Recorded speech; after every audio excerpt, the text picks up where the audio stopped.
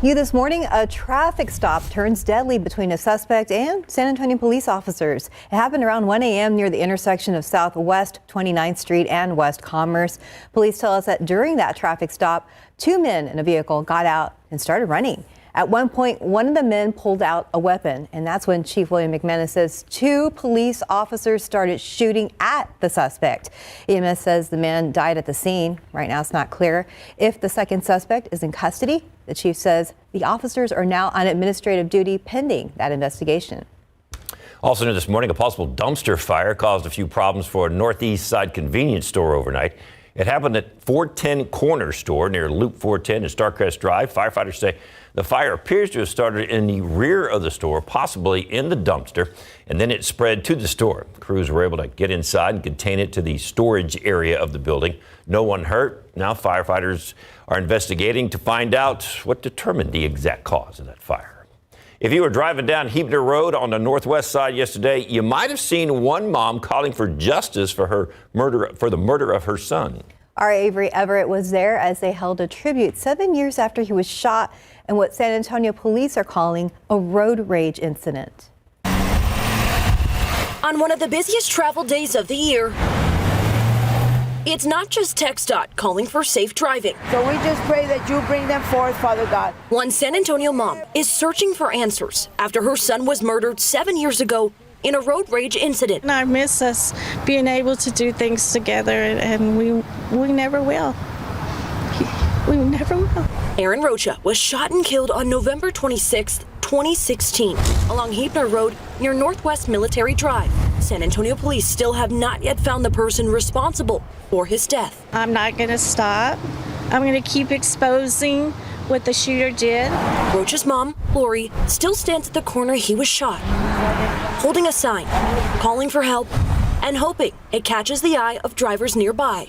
Because when this happened, I lost everything true and just in my world. And ahead of a busy holiday season for traveling, she's not alone in advocating for safe and patient driving. Like you have to watch out. With the winter ahead, Randy Singletary says it's up to drivers to practice safety, taking emotions out of the ride and focusing on getting to the end destination. If we all slowed down and took that time, we would probably experience less accidents.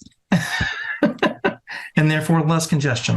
With the end of the Thanksgiving weekend quickly approaching, TxDOT predicted Sunday as one of the busiest days of travel for San Antonio. But the department warned congestion could merge over into next week. You have to take your safety into your hands. You have to make the choices. I would have been here if it was raining or rain, sleet, or snow. I'm here. A devastating story.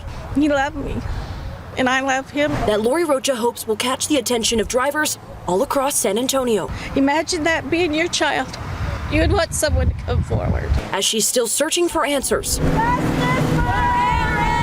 7 years later. TxDOT says most of the Thanksgiving travel should be wrapped up by Sunday night, but the family of Rocha are still actively seeking answers. If you have any information that could help the investigation, you're encouraged to reach out to SAPD's Crime Stoppers. Avery Everett, KSAT 12 News. Now to the Israel-Hamas hostage deal. Since the two sides agreed to a temporary pause in fighting, Hamas has released 58 hostages taken from Israel. And Israel has released 117 Palestinian women and teenagers held prisoner. The 4-day truce was set to expire today, but there's a chance the deal could be extended. ABC's Justin Finch following the details from Washington. This morning, high hopes for the release of even more hostages taken from Israel. On Sunday, 17 more released, including 13 Israelis and 4 foreign nationals. New video showing a Red Cross motorcade through northern Gaza carrying the first American freed, 4-year-old dual citizen Abigail Moore Edan. Edan's parents were killed during the October 7th Hamas attack on Israel.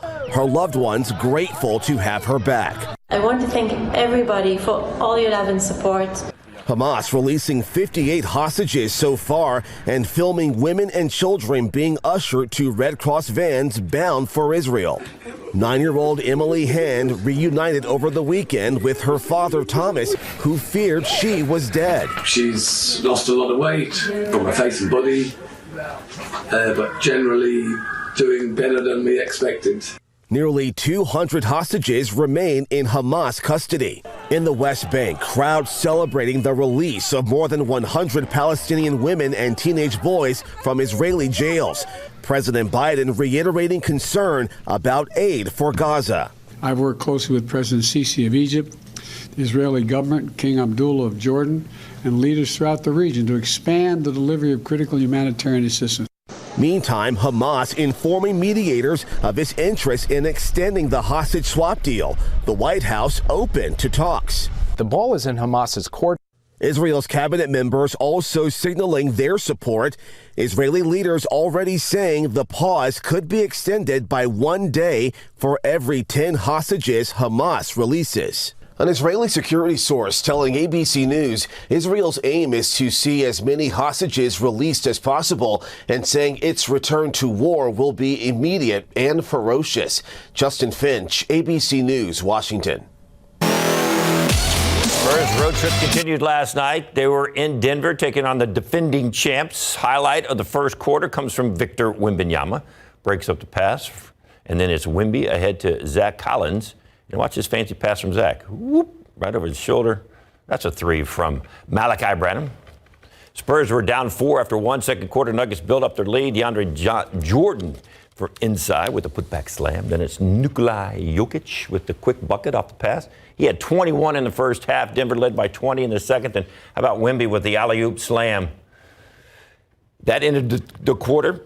He had 17 after 2. Nuggets led 72-60 at halftime. We go to the third quarter. Spurs looking to strike pretty fast, get back in this pass up court to Trey Jones. He finished it off. He had 10 last night. Then it's Charles Bassey all alone in the paint for the dunk. He had 9 off the bench. Then it's Jokic again, taking it to Wemby. Ooh. Oh, wow. Jokic had a big night last night. Yeah, got that one. And then here's Wembanyama and his big night last night. After Jokic hit 39, there's Wembanyama. Wembanyama had 22 points. He had 11 rebounds, 9 assists. No, that was Jokic's number. What did Wemby have? Whew, let's get to it. Wemby had, I wrote it down here a second ago. Hold on. I got it. 22, 11, 6 steals, and 4 blocks. He's the first rookie to post those kind of numbers. So he made history last night. Spurs ended up losing, though. That is, here's the score. Let's just go to the scoreboard. Oh. But you know what? I was getting alerts last night. You were getting what? Alerts. Alerts? For my Spurs app. That they were losing? Well, no, that Wemby was doing good. And so I was hopeful that, things would get better. He had a good game. They started off good, but they ended up losing their 12th in a row. All right. By the way, yes. Sohan has a stress in his knee, his little knee problem, so he didn't play the second half. So Trey Jones started at point guard. Gotcha. They got back into it a little bit, but then it was all over.